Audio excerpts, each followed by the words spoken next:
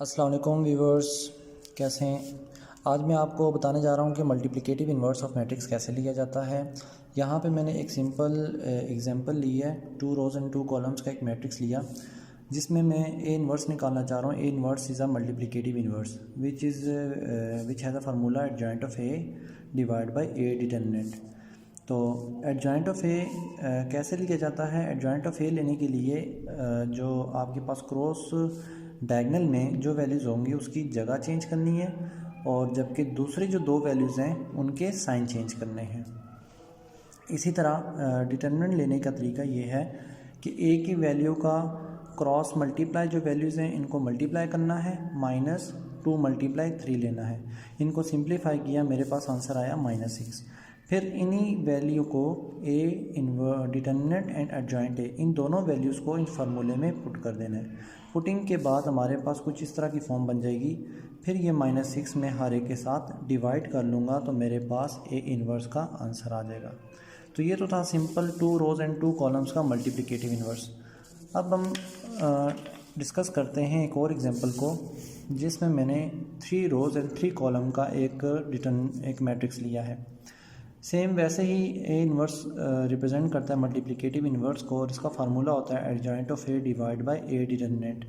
तो सबसे पहले मैं यहाँ पे 3 रोज़ एंड 3 कॉलम का डिटर्मिनेंट लूँगा। 3 रोज़ एंड 3 कॉलम का डिटर्मिनेंट लेने का मेथड ये है कि फ़र्स्ट वैल्यू आपने लिखनी है, then first column and first row को आपने स्किप करके 4 डिजिट्स जो रह जाते हैं इनका डिटर्मिनेंट लेंगे। एंड फर्स्ट वैल्यू पॉजिटिव, फिर देन नेगेटिव एंड देन फिर पॉजिटिव। अब मैंने ये जो माइनस है ये तो एक फार्मूले के तहत चल रहा है, positive negative and then positive and so on चलता जाता है। सेकंड वैल्यू मैंने ली 3। अब second row and first row and second column को मैं स्किप करूँगा तो मेरे पास 1, 3 और 2 और 7 वैल्यूज़ आ जाएंगी। ये मैंने लिखा डिटरमिनेंट फॉर्म में। इसी तरह 5, फिर first row and third column को स्किप कर देना है, और ये वैल्यू जो मेरे पास रह गई हैं इसको मैं डिटरमिनेंट फॉर्म में लिखूँगा। डिटर्मिनेंट लेना बहुत सिंपल है, जैसे हमने पहले किया था क्रॉस मल्टीप्लाई, और फिर इनको मल्टीप्लाई किया जाता है, बीच में आपने माइनस लिखना है। सेम इसी तरह यहाँ पे भी और फिर यहाँ पे भी ऐसे ही करना है। अब इसको सिंप्लीफाई करने का ये है कि 2 आपने लिखा और इसको सिंप्लीफाई करने के बाद -2 आया एंड सो ऑन -3। इसको सिंप्लीफिकेशन के बाद ये वैल्यू आई 5, इनको सिंप्लीफिकेशन के बाद ये वैल्यू आई। इन तमाम वैल्यूज़ को मज़ीद सिंप्लीफाई करेंगे, आंसर आ जाएगा 1। अब आ जाते हैं, ये तो हो गया हमारे पास इसकी सिंप्लीफिकेशन की। अब नेक्स्ट इसी का हम एडजॉइंट लेंगे। जिस तरह मैंने आपको बताया था कि इन्वर्स का फार्मूला ए और एडजॉइंट ऑफ ए, जैसे मैंने यहाँ पे आपको बताया था adjoint of A divide by A determinant. A determinant तो हमने फाइंड कर लिया, जो आंसर आया हमारे पास 1। अब हम सॉल्व करने जा रहे हैं एडजॉइंट ऑफ ए।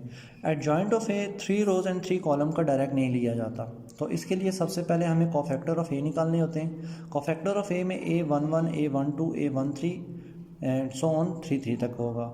अब A11 कैसे फाइंड किया जाता है, इसके लिए आपको -1 पावर 1 + 1, ये जो 1 + 1 है ये आपके पास जो यहाँ पे वैल्यू होगी, थोड़ा सा मैं इस कैमरे को जूम कर लेता हूँ, यहाँ पे जो वैल्यू आपके पास होगी 1 वो ही आपने यहाँ पे लिखनी होगी। इसी तरह first row and first column को छोड़ के जो वैल्यू आपके पास बचेंगी वो लिखनी है। जैसे कि मेरे पास जो क्वेश्चन में वैल्यू थी ये वाली, first row and first column को स्किप करने के बाद 0, 2, 4 एंड 7 आपने लिखा, जो हम यहाँ पे लिखेंगे। इसी तरह इसको मैं सिंप्लीफाई करूँगा, डिटरमिनेंट वैसे ही लिया जैसे हम पहले लेते थे, इसकी वैल्यू -8 आ गई। इसी तरह 1, 2 की वैल्यू -1 की पावर 1 + 2, ये भी वैसे ही आया 1 + 2 के तरीके से। और first row and second column को आपने स्किप करना है, जो वैल्यू बाकी बचेंगी वो आपने यहाँ लिखनी है। इसी तरह इसको सिंप्लीफाई किया, आंसर -1। इसी तरह ये सारे कोफैक्टर्स निकाले, 1, 3 की भी कोफैक्टर, इसी तरह 2, 1 का कोफैक्टर, इसी तरह 2, 2 एंड 2, 3 तमाम कोफैक्टर्स निकालने के पास हमारे पास ये आंसर आ जाएंगे। इसी तरह 3, 1 और 3, 3 में नेक्स्ट पेज पे मैंने सॉल्व किया है।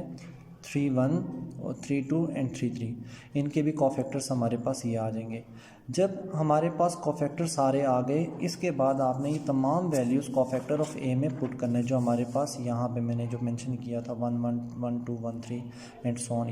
ये तमाम आंसर मैं यहाँ पे पुट करूँगा तो मेरे पास ये फॉर्म बन जाएगी। जैसे कि ये मैंने लिखा। इसके बाद आपने इसी कोफैक्टर का ट्रांसपोज लेना होगा। ट्रांसपोज लेने का मेथड वो है कि जो रो को कॉलम में कन्वर्ट कर देते हैं। इस रो को कॉलम में कन्वर्ट कर दी, ये भी रो कॉलम में कन्वर्ट होगी और ये भी रो कॉलम में कन्वर्ट होगी। तो यहाँ पे जो हमारे पास कोफैक्टर का जो ट्रांसपोज आएगा that is the adjoint of A. ये हमने एडजॉइंट ऑफ ए फाइंड कर लिया। अब इसको हम इस फार्मूले में पुट कर देंगे। एडजॉइंट ऑफ ए की वैल्यू ये आ गई थी, ए डिटरमिनेंट का आंसर 1 आया था। इसको सिंप्लीफाई करने के बाद हमारे पास ए इन्वर्स की वैल्यू आ गई। तो व्यूवर्स यहाँ तक तो था हमारे पास मल्टीप्लिकेटिव इन्वर्स ऑफ मैट्रिक्स।